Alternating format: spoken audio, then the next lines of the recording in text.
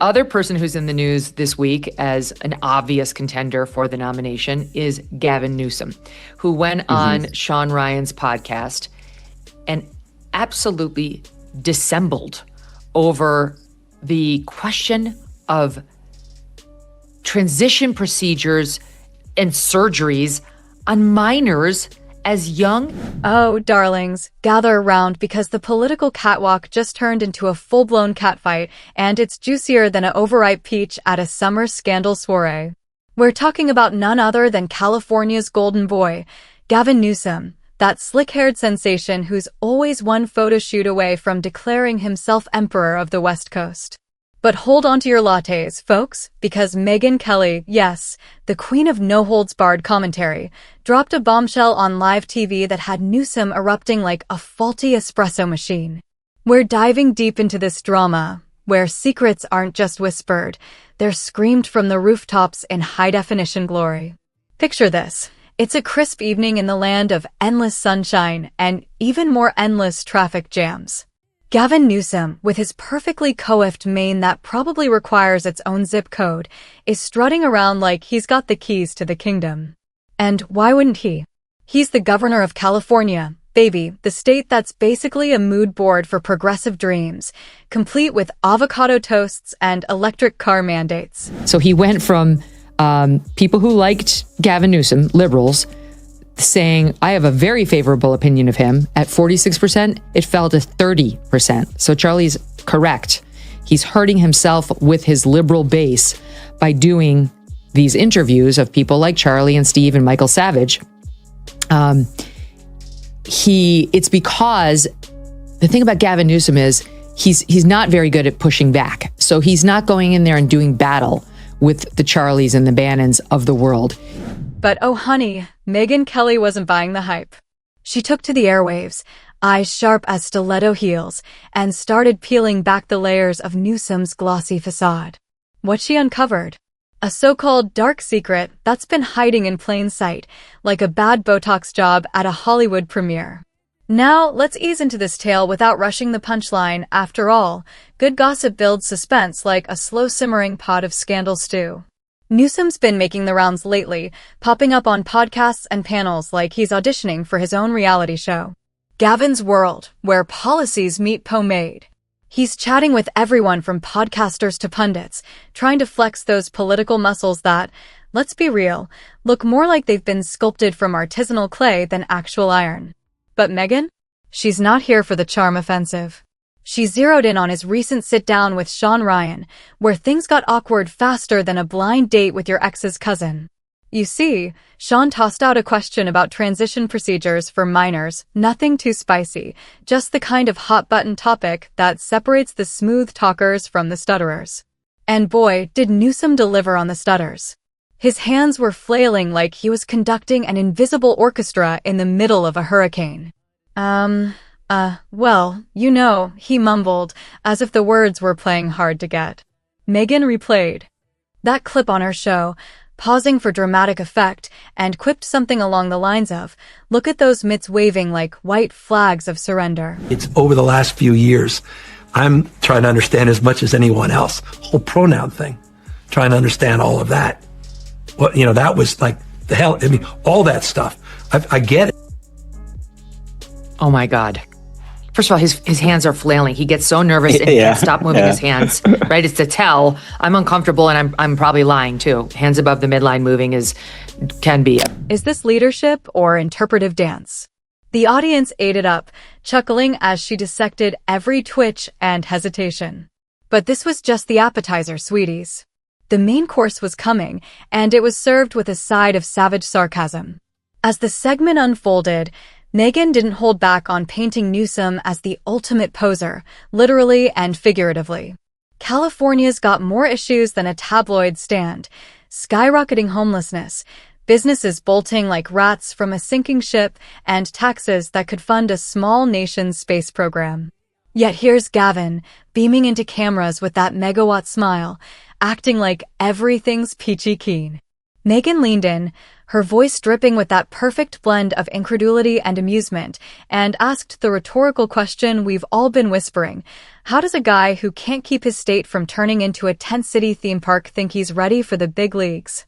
37% said that the snippets harmed their perception of the governor. So in other words, 26% overall said it harmed their perception of him. And among liberals, 37% said it harmed my perception of the governor. Among those who have very favorable opinions of Gavin Newsom, she highlighted how Silicon Valley titans are packing up their billions and heading to greener and cheaper pastures in Texas or Florida. It's not an exodus, she smirked. It's a stampede. And Gavin's standing there with a selfie stick, wondering why no one's sticking around for the group photo. But wait, there's more layers to this onion of outrage. Megyn dove into Newsom's infamous French Laundry fiasco. Remember that gem? During the height of the pandemic, when us mere mortals were masking up and hunkering down like it was the apocalypse, Gavin was caught whining and dining at one of the swankiest spots in Napa Valley. No masks, no social distancing, just pure, unadulterated privilege on a silver platter. Smart to start this. And the reason he's smart to start it is because he has no muscles, Emily. None. He's a sinewy little weakling when it comes to arguing any of these issues, especially cultural issues, because he, like all liberals, has never had to do it.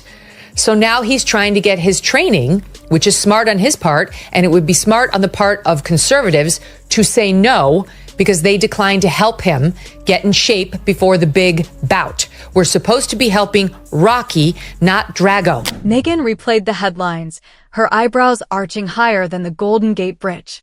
Rules for thee, but not for me, she drawled, channeling every fed-up citizen's inner monologue.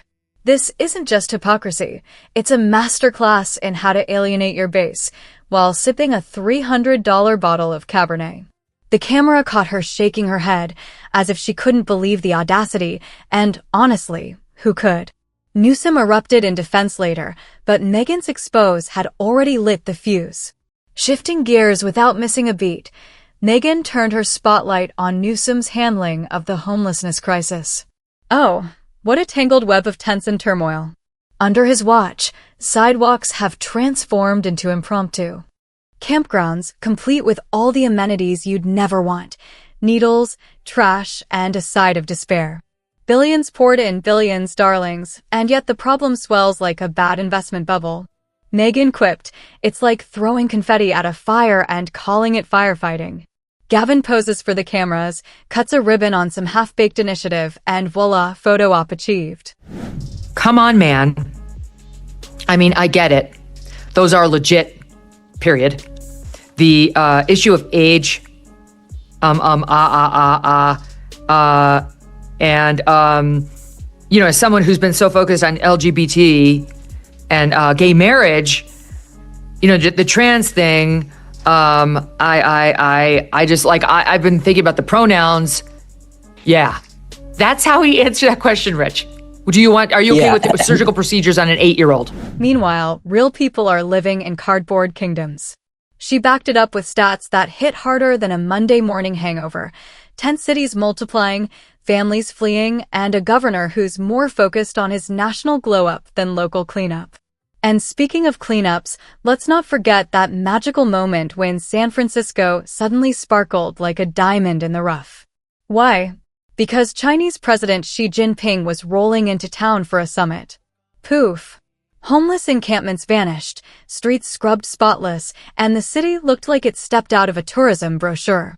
He would be so measured, and you're going to have that flailer with the hands and the stuttering and the come on, man, pulling the Joe Biden, come on, man. It didn't work for Biden, and it's not going to work for Newsom. Like, I'm just seeing the runway of how the Republicans' chances are going to look, and right now I'm feeling good. Not necessarily about the midterms, but about the presidential race. Here's another thing. It's a little off point on the trans issue, but a great moment where Sean asked Gavin Newsom about why they were so able to very quickly clean up the city of San Francisco when Chinese President Xi Jinping came in 2020. Megyn couldn't resist roasting this. Oh, sure. When a foreign dignitary shows up, miracles happen. But for the everyday Californians dodging human waste on their commute? Crickets. Gavin, honey, if you can tidy up for she, why not for your own people? Newsom later tried to brush it off in interviews, claiming it was all part of routine maintenance, but Megyn's clip compilation told a different story, one of selective sparkle that screamed priorities misplaced. As the broadcast heated up, Megyn wove in Newsom's broader ambitions, teasing them out like a magician revealing tricks one by one. He's not just governing California, he's auditioning for the Oval Office, or so the whispers go. Downplaying it with that coy charm, but actions speak louder than denials. Very strange, because when you listen to him, you would think like he's a moderate, but he's not. On the trans stuff and virtually every other subject, he is as radical as they come. He is another Kamala Harris, but there's something about him. Maybe he is a people pleaser, a vintage politician. When he gets across from these are our war fighters. And truly, like the three I mentioned, these are war. Megyn pointed to his cross-country jaunts, his jabs at national figures, and his carefully curated media blitz. This man's got his eyes on the prize, she said with a wink, but if he can't steer the ship in Sacramento, how's he gonna navigate D.C.? It's like promoting the captain of the Titanic to admiral. The audience murmured in agreement, hooked on every word as she built the case against his presidential pipe dreams. Diving deeper into the cultural quagmire, Newsom's responses? More deflection, more promises, more photo ops with law enforcement that ring hollow. Megyn mocked his tough on crime pivots as too little, too late. He's like that friend who shows up to the party after everyone's left, bottle in hand, wondering where the fun went. The pacing built here, layering critique upon critique without overwhelming, keeping the audience leaning in for the next singer. Education woes followed suit, schools struggling, kids falling behind, and a governor more interested in mandates than mastery. Megyn highlighted the exodus of families to states with better options. Parents aren't just packing lunches, they're packing U-Hauls. Gavin's vision? Bold on paper, bust in practice. Her exaggerated gestures on screen mirrored Newsom's own flails, turning the roast into a visual feast. What you have in California is these mealy-mouthed, kale-eating, broccoli-pushing, Birkenstock, whatever, wearing politicians who can't find another person fast enough to blame. My absolute favorite, though, is the fire chief. She's growing on me. When she's not focusing on her lesbianism, she's actually quite fierce. She is not going down without bringing Mayor Karen Bass with her. And who could blame her? As the segment neared its climax, Megyn circled back to that dark secret, not some buried skeleton, but the overarching truth. Newsom's leadership is all smoke, mirrors, and meticulously applied hair product. He's built a brand on being the anti-hero of conservatism, but strip away the gloss, and what's left? A state in shambles and a politician who's better at excuses than execution. Newsom's eruption came post-broadcast via social media rants and defensive interviews, but Megyn had already won the round. He fumes, he flails, but the damage is done, she concluded with a sly smile. Wrapping it all up, Megyn left viewers with a lingering thought. In the grand theater of politics, Gavin Newsom might look the part, but Megyn Kelly just stole the show. California's saga continues, a blend of glamour and grit, with Newsom at the center, erupting, deflecting, and always posing for the next act. So annoyed after, we ended our show on Thursday, was it? I don't know. Was it Thursday or Friday? About what's happening with the biological males out there. And this A.B. Hernandez, who is winning all the girls' medals, Hernandez. And I just did like a personal plea to people and got a lot of great feedback on it. So thank you for watching that. But then I took it to Twitter, and on X, I addressed Gavin Newsom personally. He follows me, so I tagged him. And I'm going to be honest, I begged him to please stop this for all the reasons stated on our YouTube feed. And he didn't get back to me. Stay tuned, darlings. This drama's far from over. But we can't stop there. Let's linger on the environmental escapades that make Newsom's tenure a veritable circus of contradictions. Wildfires rage annually. turning the sky into a smoky apocalypse. And what's Gavin's go-to move? Declare emergencies, pose amid the ashes in his best rugged chic attire, and promise billions in relief that somehow never quite douses the flames. Megyn skewered this routine with relish. He's like a fireman who shows up with a squirt gun and a camera crew. California burns and Gavin yearns for that perfect shot to boost his profile.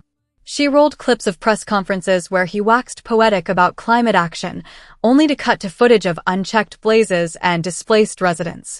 Bold visions? More like blurry excuses, she snorted, her voice laced with that gossipy glee that makes you feel like you're in on the secret. Taxes, oh those glorious taxes, California's gift that keeps on giving, or rather, taking. Megyn delved into how Newsom's policies have turned the state into a fiscal funhouse mirror, where incomes stretch thin and budgets balloon out.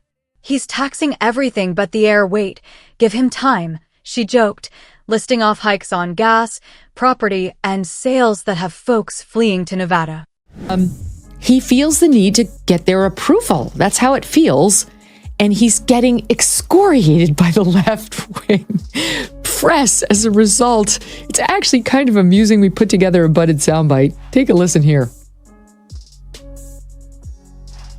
I thought that was one of the most inauthentic things I have seen Gavin Newsom do. Wow. I'm terribly, so you don't believe in the let them hang themselves theory? No, I'm terribly disappointed. I think you meet energy with energy. And what he did was he showed his pretty white teeth and his cute face and did nothing other than that. And I think faster than you can say refund. Businesses, those poor darlings, are the real victims in this tale. Megyn recounted sob stories of mom-and-pop shops shuttering, tech giants relocating, and entrepreneurs waving goodbye. Gavin acts surprised, like he didn't see the red flags waving. Honey, those flags are billboards at this point. Immigration intricacies added another layer to the roast, with Megyn pointing out Newsom's sanctuary state swagger clashing against the realities of strained resources. He welcomes all with open arms, but who's footing the bill? Californians, of course, while Gavin high-fives himself in the mirror. Her exaggeration hit home, painting him as the generous host who throws parties on someone else's dime. Cultural clashes crescendoed when Megyn revisited Newsom's podcast pitfalls, this time focusing on his broader cultural commentary. The man talks equity like it's his love language, but deliver? That's another story. She mocked his attempts at cultural relevance, from pronoun ponderings to marriage equality milestones, noting how his words often ring hollow amid ongoing inequities. He's the king of buzzwords, transformation, inclusion, vision, but the kingdom's crumbling. Polls popped up again, those pesky numbers that refuse to lie. You know, we hear a lot about San Francisco and the homelessness and pooping on the road and all that kind of stuff, and it seemed like all of that was cleaned up when G came to town. Yeah. Is that true? Complete bullshit. That's complete bullshit. I know folks say, oh, they're just cleaning up this place because all those fancy leaders are coming into town. That's true, because it's true. I got to credit Morning Wire, my pals over the Morning Wire who put that together. Megyn flashed graphs showing approval ratings plummeting among independents and even die-hard Dems, his own party's whispering, maybe not this guy. And after that Sean Ryan debacle? Oof, the favorables are free-falling like confetti at a pity party. She tied it back to his national aspirations, suggesting he's alienating locals while chasing Beltway dreams. Smart strategy? Or desperate flailing? You decide, but I'm grabbing popcorn. Infrastructure indignities got their due, with crumbling roads, failing bridges, and a high-speed rail project that's more myth than motion. Megyn quipped, billions spent, and we're still crawling in traffic. Gavin's rail dream? More like a snail's pace nightmare. Water woes washed in next, droughts, dams, and disputes that leave farms parched and cities thirsty. He's managing water like a kid with a leaky faucet, plug it here, flood it there. Public health post-pandemic provided prime roasting material. Megyn revisited lockdowns, mandates, and the uneven recovery. Kids lost years of school, businesses belly up, and Gavin? Dining fancy-free. The hypocrisy's thicker than his hair gel. She exaggerated the contrasts, making Newsom seem like a villain in his own scripted drama. As we wind through this whirlwind, Megyn's expose on Newsom's media maneuvers shone bright. He's courting conservatives for training, but they're schooling him instead. Clips of awkward exchanges played, with Newsom's obsequious nods drawing laughs. Weakling in the ring, she called him, borrowing boxing metaphors for flair. Finally, the dark secret unveiled in full, Newsom's illusion of invincibility, shattered by reality's harsh light. Megyn's takedown wasn't just critique, it was a spectacle, leaving Newsom erupting in feudal fury. California's story? A cautionary tale of style over substance, with Megyn as the witty narrator ensuring we all get the gossip straight. End scene.